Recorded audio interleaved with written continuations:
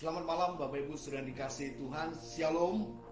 Puji nama Tuhan, senang berjumpa dengan Bapak Ibu yang dikasihi Tuhan. Akhirnya kita bertemu kembali lagi setelah 1 minggu. Kita ada di dalam penyertaan Tuhan, di dalam perlindungan Tuhan. Dan saya percaya bahwa dari hari ke hari, dari waktu ke waktu, Tuhan boleh senantiasa menyertai dalam setiap kehidupan kita.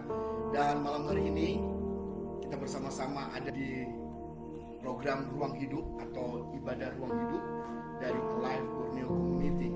Dan saya rindu mengajak Bapak Ibu semuanya untuk terlibat aktif baik dalam pujian dan penyembahan, sehingga kita boleh bersama-sama merasakan jamahan Tuhan, lawatan Tuhan yang terjadi dalam setiap kehidupan kita. Saya berdoa malam hari ini biar Bapak Ibu boleh alami terobosan dari Tuhan. Dan saya juga berdoa biar malam hari ini juga Bapak Ibu sudah dikasih Tuhan dimanapun berada, Bapak Ibu mengalami mujizat dari Tuhan. Yang sakit disembuhkan, yang mengalami pergumulan boleh dibebaskan, sehingga kita boleh menjadi orang-orang yang lebih daripada pemenang oleh karena Yesus yang menyertai dalam setiap kehidupan kita. Haleluya. Tuhan malam hari ini terambil di dalam Matius 14 ayat 22 sampai dengan 27. Matius 14 ayat 22 sampai dengan 27. Saya akan baca bagi Bapak Ibu sekalian. Ya, Matius 14 ayat 22 sampai dengan 27 dikatakan begini. Sesudah itu, oke, udah ketemu semuanya, saya tunggu. Iya, baik. Matius 14 ayat 22 sampai dengan 27. Sesudah itu Yesus segera memerintahkan murid-muridnya naik ke perahu dan mendahuluinya ke seberang. Sementara itu ia menyuruh orang banyak pulang. Dan setelah orang banyak itu disuruhnya pulang, Yesus naik ke atas bukit untuk berdoa seorang diri. Ketika hari sudah malam, ia sendirian di situ. Perahu murid-muridnya sudah beberapa mil jauhnya dari pantai dan diombang-ambingkan oleh gelombang karena angin sakal. Kira-kira jam 3 malam, datanglah Yesus kepada mereka berjalan di atas air. Ketika murid-muridnya melihat dia berjalan di atas air, mereka terkejut dan berseru, "Itu hantu!" Lalu berteriak-teriak karena takut. Tetapi segera Yesus berkata kepada mereka, "Tenanglah, aku ini, jangan takut." Saudara dikasihi Tuhan, sebuah kisah yang begitu luar biasa, ya, sebuah peristiwa yang begitu menakjubkan pada saat itu. Bagaimana kita melihat Yesus berjalan di atas air. Impossible is nothing. Ya, kemustahilan manusia itu tidak akan pernah terjadi di hadapan Tuhan. Karena bagi Tuhan tidak ada perkara yang mustahil. Yang setuju katakan amin. Amin saudaraku. Itu sebabnya dikatakan bahwa ketika kira-kira jam 3 malam, lalu kemudian Yesus muncul di sana, menjumpai murid-muridnya ketika mereka mengalami angin sakal, terombang-ambing perahu mereka. Lalu kemudian Yesus datang ke sana. Ketika Yesus ada di sana dan berjalan di atas air, saudara yang dikasih Tuhan, semua murid-murid ketakutan dan berteriak-teriak, "Itu hantu, itu hantu." Tahukah saudara dikasih Tuhan apa yang dikatakan oleh Yesus? Berikutnya, Yesus berkata, "Tenanglah, aku ini, jangan takut." Saudara, tanpa terasa kita sudah memasuki bulan yang ketiga di tahun 2022, dan begitu cepat sekali waktu ini berlalu. Ya, kita sudah meninggalkan tahun 2021 beberapa bulan yang lalu. Kita sudah memasuki bulan yang ketiga di tahun 2022. Dan saya percaya pasti ada banyak hal yang terjadi di sana. Ya, 2 tahun kita mengalami pandemi. Ya, 2 tahun kita melihat ada begitu banyak bencana yang terjadi di negara kita, Indonesia. Lalu kemudian kita melihat bahwa 2 tahun terakhir ini ekonomi terpuruk, ekonomi terseok-seok. Meskipun saat ini kita melihat bahwa ekonomi mulai pelan-pelan bangkit, saudaraku, ya. Memang tidak serta-merta langsung bisa terwujud dengan baik perekonomian di Indonesia, tetapi paling tidak kita bisa melihat bahwa meskipun terpuruk, tapi saat ini perekonomian di Indonesia pelan-pelan mulai naik. Lalu kemudian beberapa orang-orang mengalami kegagalan, mereka ketakutan dengan masa depan mereka bagaimana. Lalu kemudian tidak sedikit bahwa ada yang mengalami kematian, ya, mengalami kematian dan sebagainya. Kemudian kita tahu bahwa 2 tahun terakhir setelah mengalami pandemi, yang terjadi adalah apa? Ada begitu banyak kemiskinan dan sebagainya. Nah, kita melihat bahwa 2 tahun terakhir ini ada begitu banyak terjadi. Dan menurut saya memang kadang-kadang kita berpikir bahwa kenapa ini bisa terjadi gitu. Kenapa hal ini bisa terjadi? Apakah Tuhan mengizinkan ini terjadi? Saudara dikasih Tuhan, mungkin saja Tuhan juga mengizinkan hal ini terjadi. Tetapi ketahuilah dan ingat Bapak Ibu Saudara dikasih Tuhan, bahwa Alkitab selalu berkata jangan takut. Setiap kali kita membaca firman Tuhan, setiap kali kita menemukan ayat-ayat yang berkata jangan takut. Dan kita semua tahu dan bukan menjadi rahasia umum bahwa kata jangan takut di dalam Alkitab itu dikatakan sebanyak 365 kali. Itu artinya membuktikan bahwa every time, every day, and everywhere Tuhan bilang don't be afraid, jangan takut. Kenapa? Karena kita tahu bahwa 365 kali Tuhan berfirman untuk berkata jangan takut, itu membuktikan bahwa selama 1 tahun penuh setiap hari Tuhan berkata apa? Jangan takut. Tapi mengapa seringkali kita mengalami ketakutan? Kenapa seringkali kita mengalami kegentaran dalam diri kita? Ya, yang pertama bisa karena pikiran kita sendiri, ya, bisa karena pikiran kita sendiri. Atau yang kedua, ada kuasa kegelapan yang mencoba-coba untuk apa? Menjatuhkan kita, sehingga kita tidak lagi mempercayai firman Tuhan. Tetapi sadari kembali lagi bahwa setiap hari, setiap kondisi, bahkan setiap waktu yang terjadi dalam kehidupan kita, firman Tuhan selalu berkata apa? Jangan takut. Kita tahu bahwa burung di udara dipelihara oleh Tuhan. Itu membuktikan bahwa Tuhan memelihara. Kalau burung saja dipelihara oleh Tuhan, kita sebagai umat pilihannya, umat tebusannya, umat kepunyaannya, tentunya kita juga dipelihara oleh Tuhan. Nah itu sebabnya sudah dikasih Tuhan, ketika mengalami banyak ketakutan-ketakutan yang terjadi dalam diri setiap orang, maka dampak dari ketakutan itu adalah apa? Mereka selalu berpikir negatif. Coba perhatikan ayat 25 dan 26 dari pembacanya kita baca malam hari ini. Ayat 25 dan 26 dikatakan bahwa kira-kira jam 3 malam datanglah Yesus kepada mereka berjalan di atas air. Dan ketika murid-muridnya melihat dia berjalan di atas air, mereka terkejut dan berseru, itu hantu. Lalu berteriak-teriak karena ketakutan. Saudaraku, berpikir negatif, dampak daripada ketakutan adalah berpikir negatif. Siapapun kita sudah dikasih Tuhan, jangan mau dihantui oleh pikiran-pikiran negatif. Karena itu akan membawa iman kita semakin merosot, membawa iman kita semakin turun. Lalu kemudian yang kedua dikatakan apa? Dampak daripada ketakutan yaitu kehilangan berkat. Dan itu ditulis dalam ayat 29 dan 30.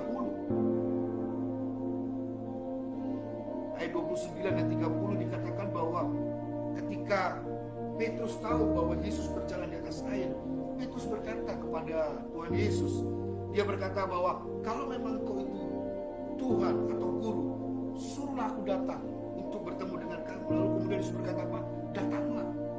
Kemudian Petrus berjalan di atas air. Tapi perhatikan ayat yang ke-30.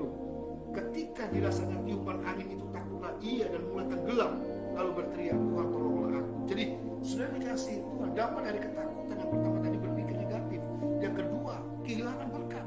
Berkat yang utama ketika kita mengalami ketakutan sesungguhnya adalah apa? Damai sejahtera dari Tuhan. Ketika aku mengalami ketakutan, dampak dari ketakutan, hilangnya damai sejahtera dalam diri kita. Dengan hilangnya damai sejahtera dalam diri kita, itu mengakibatkan berkat-berkat yang supranatural yang terjadi dalam kehidupan kita itu terlewati. Saudaraku, penting dalam kehidupan kita untuk kita mempercayai Tuhan sepenuhnya. Dan yang berikutnya, dampak daripada ketakutan yaitu apa? Sulit mengambil keputusan. Ya, bingung untuk mengambil keputusan. Malam hari ini, siapapun saudara, saya katakan kepada saudara bahwa impossible is nothing.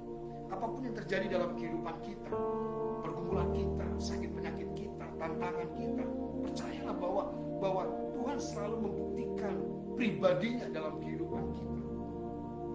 Malam hari ini saya katakan kepada saudara, untuk mempercayai Tuhan sepenuhnya, itu berarti totalitas pikiran dan hati kita itu kita serahkan kepada Tuhan. Memang tidak mudah, saudara. Untuk mengambil keputusan ini memang tidak mudah.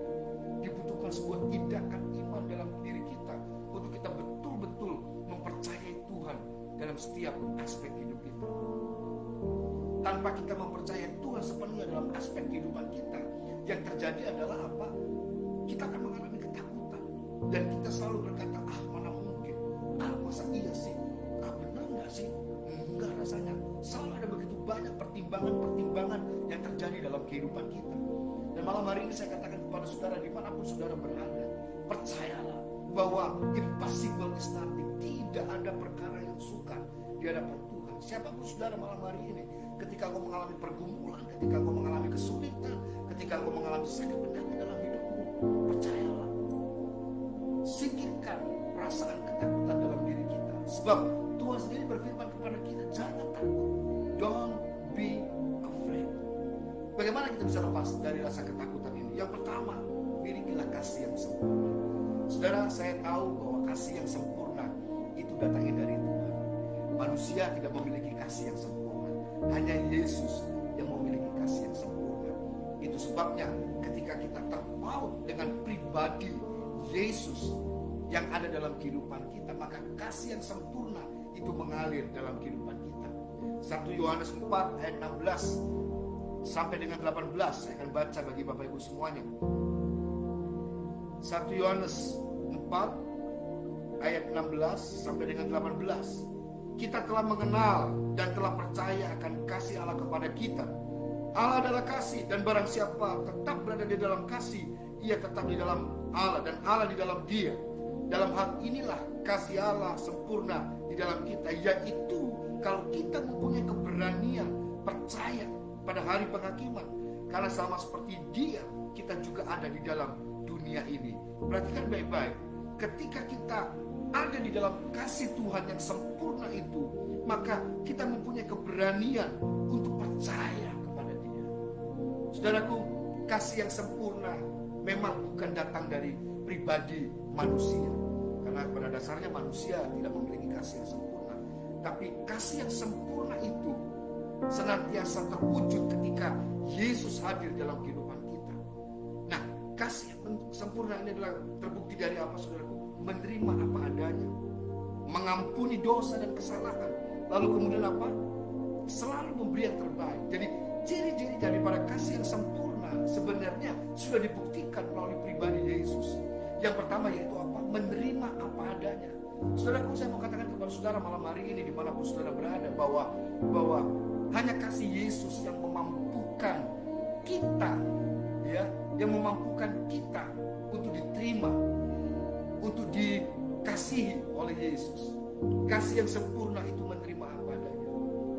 Seburuk apapun yang terjadi dalam kehidupan kita, dia tetap selalu berkata, marilah datang kepadaku semua yang letih lesu dan berbeban berat. Lalu kemudian kasih yang sempurna itu apa? Mengampuni dosa dan kesalahan. Hanya Yesus yang mampu melakukan itu. Lalu kemudian selalu memberi yang terbaik. Malam hari ini sudah dikasih Tuhan, ketika kasih yang sempurna, kasih yang sama itu hadir dalam kehidupan kita, maka impossible is nothing. Amin. Kita diajarkan untuk menerima apa adanya. Kita diberikan kekuatan untuk kita bisa mengampuni orang-orang yang bersalah kepada kita. Itu sebabnya sudah dikasih Tuhan, hanya Yesus yang memampukan kita untuk terus berjalan dalam menghadapi setiap perjalanan kehidupan ini. Memang tidak selalu berjalan mulus, ya saudara ya. Dalam setiap perjalanan kehidupan kita, tidak ada perjalanan itu selalu mulus. Seringkali kita mendapati kerikil-kerikil yang tanpa disadari itu bisa mengakibatkan kita bisa jatuh, terpeleset dan sebagainya. Tetapi kembali lagi, saudara dikasih Tuhan, milikilah kasih yang sempurna ini. Karena dengan kasih yang sempurna ini, engkau tidak akan pernah lagi mengalami ketakutan dalam dirimu. Karena kasih yang sempurna itu selalu menuntun, menyertai, bahkan menolong dalam setiap aspek kehidupan kita. Dan yang kedua, sudah dikasih Tuhan, selain kasih yang sempurna ketika kita mengalami ketakutan, ya, perasaan ketakutan itu, engkau harus hidup bagi Kristus. Filipi 1 ayat 21 dikatakan, karena bagiku hidup adalah Kristus dan mati adalah keuntungan. Saudara, saya mau katakan kepada saudara malam hari ini bahwa Tuhan itu bukan tidak ada tujuan untuk menciptakan kita. Sekali lagi saya ulangi, Tuhan bukan tidak punya tujuan untuk menciptakan kita. Justru dari sejak semula ketika kita hadir di dunia ini, Tuhan sebenarnya sudah mendesain hidup kita untuk kita menjadi orang-orang yang lebih dari para pemenang. Apa sih yang membuat orang itu bisa menjadi takut? Tadi di awal saya katakan, karena perasaan diri sendiri, karena pikiran-pikirannya sendiri.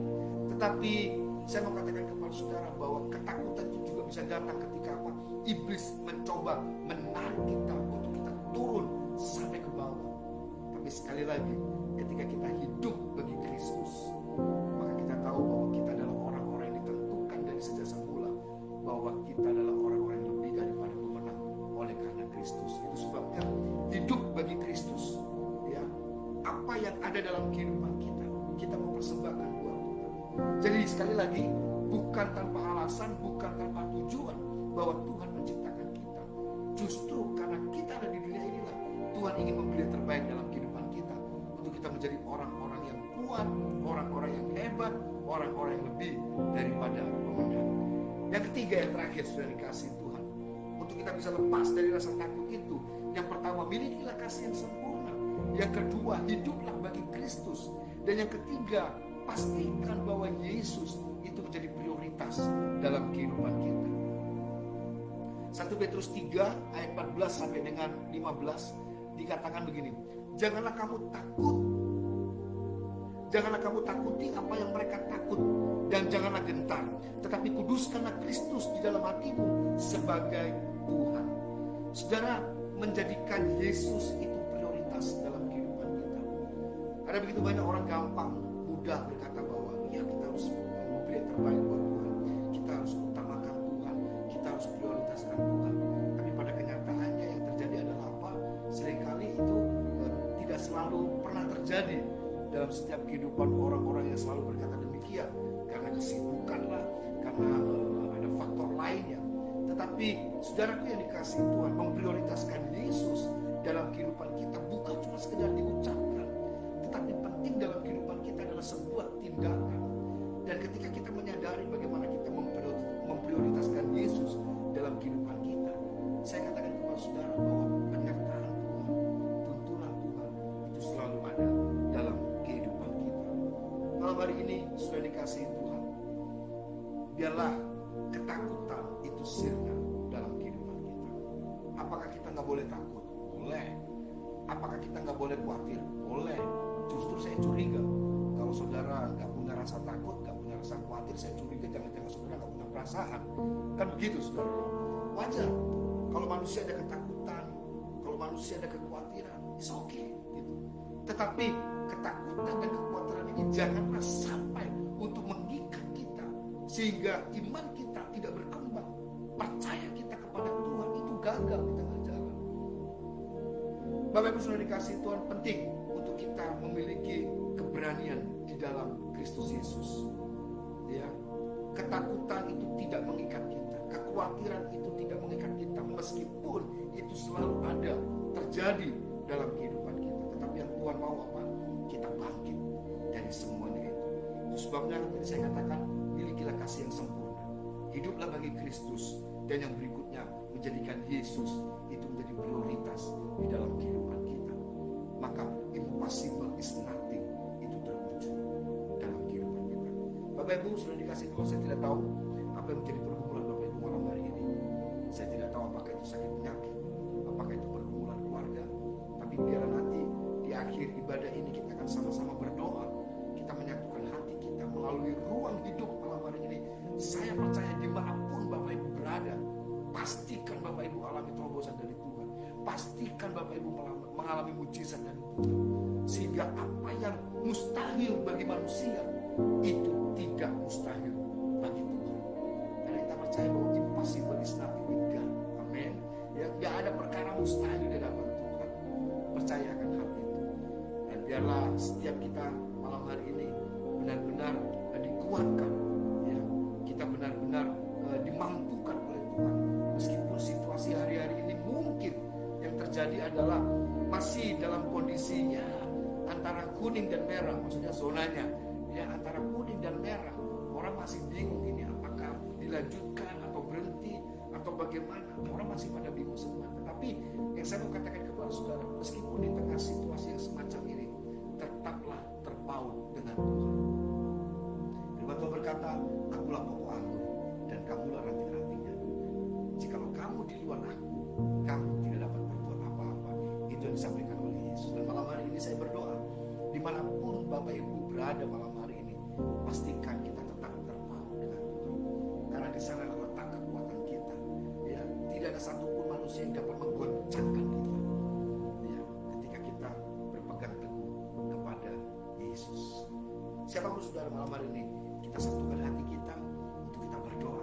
Sebab kita percaya bahwa kuasa yang tidak terbatas itu mengalir dalam setiap kehidupan kita. Saya mengajak Bapak Ibu semuanya